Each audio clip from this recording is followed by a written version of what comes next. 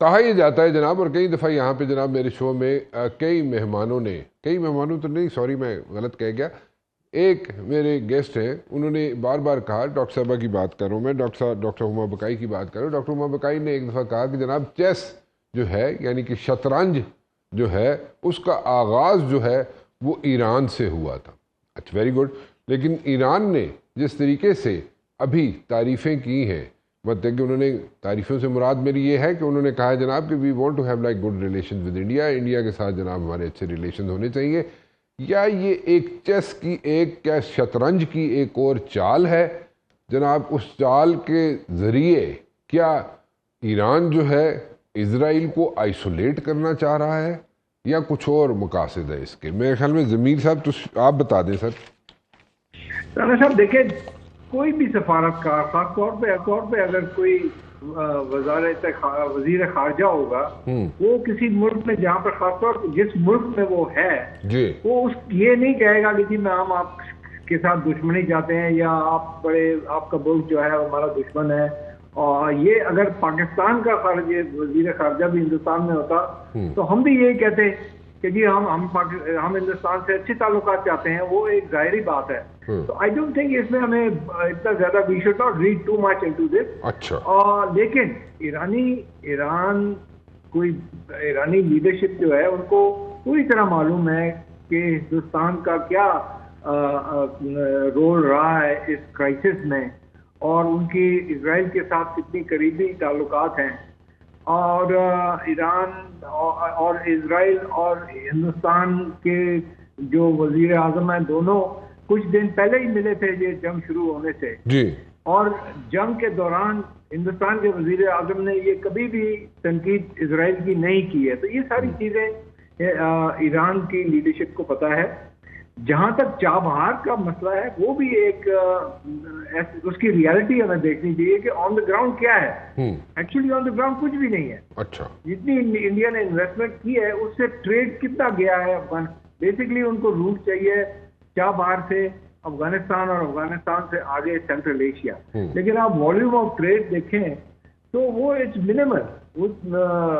वो उस पर कोई इतनी ज्यादा वो नहीं बना। इनफैक्ट इसके बरक्स जितनी चाइना ने इन्वेस्टमेंट की है ईरानी पोर्ट्स में, वो हिंदुस्तान से काफी ज्यादा है। तो I think we have to be realistic and seeing के ये जो स्टेटमेंट्स आ रही हैं, ये को कितनी हमें वैल्यू देनी चाहिए। ठीक है, ठीक है। आप इससे एग्री करते हैं जनाब वाइस एडमिरल साहब मोहम्मद सलीम साहब के, मतलब कि उसकी तो मेरे ख्याल चाबहार की तो इतनी डेप्थ भी नहीं है, वो तो आप ज्यादा बेहतर तरीके से एक्सप्लेन कर लेंगे। जी जी, बिल्कुल ठीक कह रहे हैं। आई फुली एग्री एम्बेसडर साहब के साथ। देखिए, उनके फॉरेन मिनिस्टर जब न्यू दिल्ली में थे, ईरानी फॉरेन मिनिस्टर, तो उन्होंने जारी बात यही बातें करनी थी जो उन्होंने की हैं।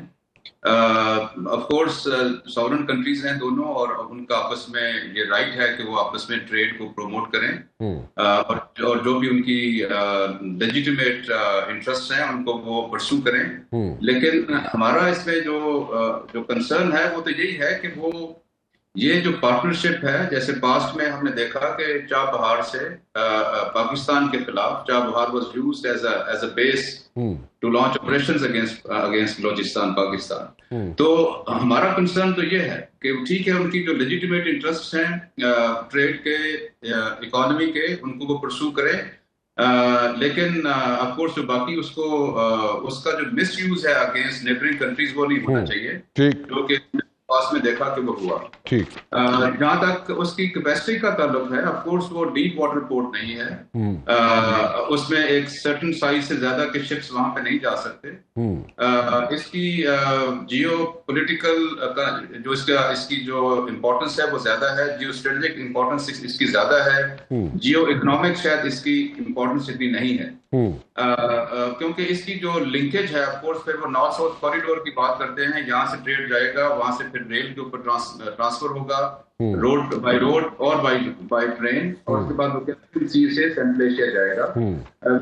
Costly proposition. दूसरे नंबर पे इसका एक पर्पज ये था कि ये दारन जिलाराम रोड से ये कनेक्ट करेगी इसको अफगानिस्तान को, बाईपासिंग पाकिस्तान।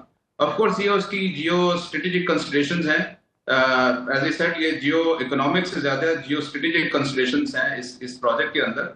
और जहां तक उसका है कि उसमें ट्रेड का वॉल्यूम कितना है, ऑफ कोर्स उसकी एक कैपेसिटी है और उससे ज्यादा बड़े जहाज वहां पे जा नहीं सकते। जी और जी फिर जो प्रोसेस है वो बड़ा कम्बरसम है कि आप सी से पहले लेके जाएंगे, वाया सी शिप्स के ऊपर ट्रेड जाएगा, फिर पोर्ट के ऊपर वो ट्रांसफर होगा ऑन बोर्ड जो उनके रोड ट्रांसपोर्ट है, उसके बाद फिर वो ट्रेन के ऊपर शिफ्ट होगा और फिर कैस्पियन सी जाएगा, वहां से अगेन वो फिर शिप्स के ऊपर ट्रांसफर होगा। तो it is a very laborious sort of process और इसकी वायबिलिटी कितनी सी है ये देखने की जरूरत है। ठीक ठीक है जनरल साहब, मैं आपकी तरफ आ रहा हूँ कि एक थोड़ा सा यहाँ पे ट्रंप ने एक स्टेटमेंट दिया है which is very important and Trump said कि जनाब हमने अपने ऑब्जेक्टिव्स जो है अचीव कर लिए हैं और उसमें जनाब हमने जो ईरानियन नेवी है या ईरानियन जो एयर सपोर्ट जो उनके पास जो भी थी मिसाइल्स को मेरे ख्याल में रेफ़र कर रहे हैं वो, और जनाब इसके अलावा जो आर्मी है, और उसके अलावा उन्होंने कहा जनाब कि जो उनकी लीडरशिप थी हमने उसको हिट किया है, they are no more there, और हमने बिल्कुल अपने ऑब्जेक्टिव्स जो है ईरान में अचीव कर लिए। Do you agree with this? देखिए, इस पे आने से पहले जो बात आप कर रहे हैं ना अब्बास अरागची साहब की, उसमें थोड़ा सा मैं कमेंट दे दूं। अब देखें, अब्बास अरागची साहब, चाइना बड़ी पर्शियन एम्पायर, ईरान बड़ी नफीस कौम है, और एज ए मेहमान के तौर पे उन्होंने डिप्लोमेटिक लैंग्वेज में उनको कहा है, अनलाइक इंडियन जब मारगाह के बाद उधर गए थे ये अमेरिका, तो वहाँ बैठ के ट्रंप साहब के खिलाफ बातें कर रहे थे।